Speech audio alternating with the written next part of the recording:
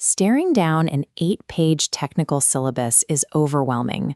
The lists of phylums, systems, and arithmetic rules can easily make you feel like you need a medical degree just to know where to begin. We're going to fix that right now.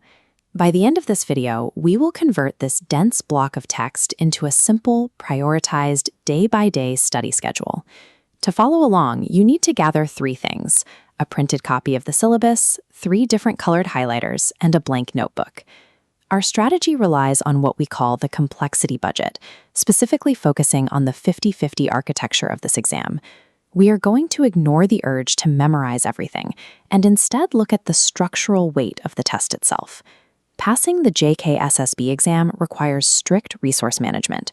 You need a strategy for where to spend your energy, and that starts with understanding how the board allocates points. Look at the top of your syllabus. Our constraints: a maximum of 120 marks and 2 hours to do it.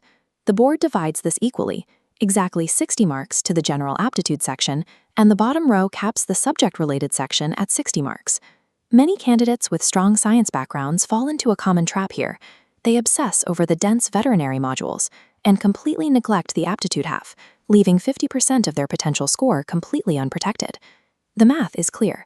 Because the board weighs both halves equally, your daily study schedule must strictly divide your time right down the middle.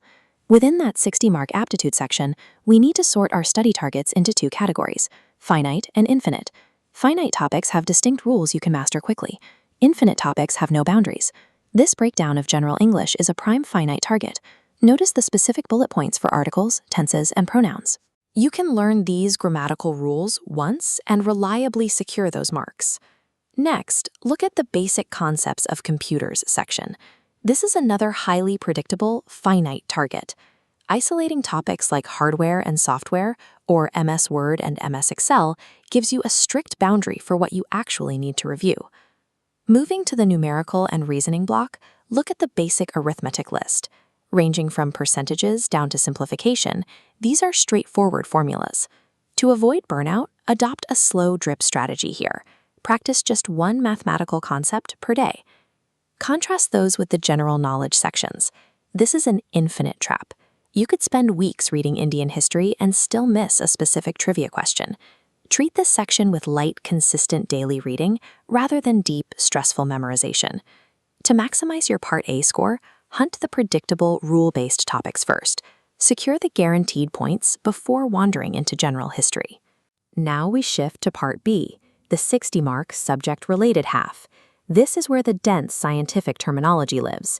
As you can see in this roadmap, we can take the 6 scattered units from the syllabus and group them into 3 clean pillars for mental clarity: diversity for 30 marks, physiology for 20 marks, and immunology for 10. Let's apply the literal keyword rule to Chunk 1, animal diversity. Look directly at sections 1.2 Periphery and 1.4 Helminthes. The board specifically asks for the canal system and life history of Taenia solium. Study only those traits. For Chunk 2, Physiology and Evolution, focus tightly on the comparative human body systems. Looking at headings 4.3 and 4.4, your targets are clearly defined as the respiration and excretory systems. Finally, Chunk 3 covers immunology.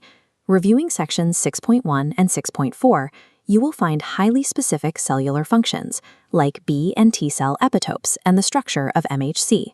This section requires strict term-by-term memorization. Remember, the official syllabus is a legal boundary for the exam writers. If a concept or anatomical system is not explicitly written in these units, do not waste a single minute studying it. We have isolated the targets. Now we map them onto your daily calendar using that 50-50 architecture we discussed in Step 1. As shown here, we recommend a baseline 4-hour daily study block. You will slice this block perfectly in half: 1 2-hour session for Part A and 1 2-hour session for Part B.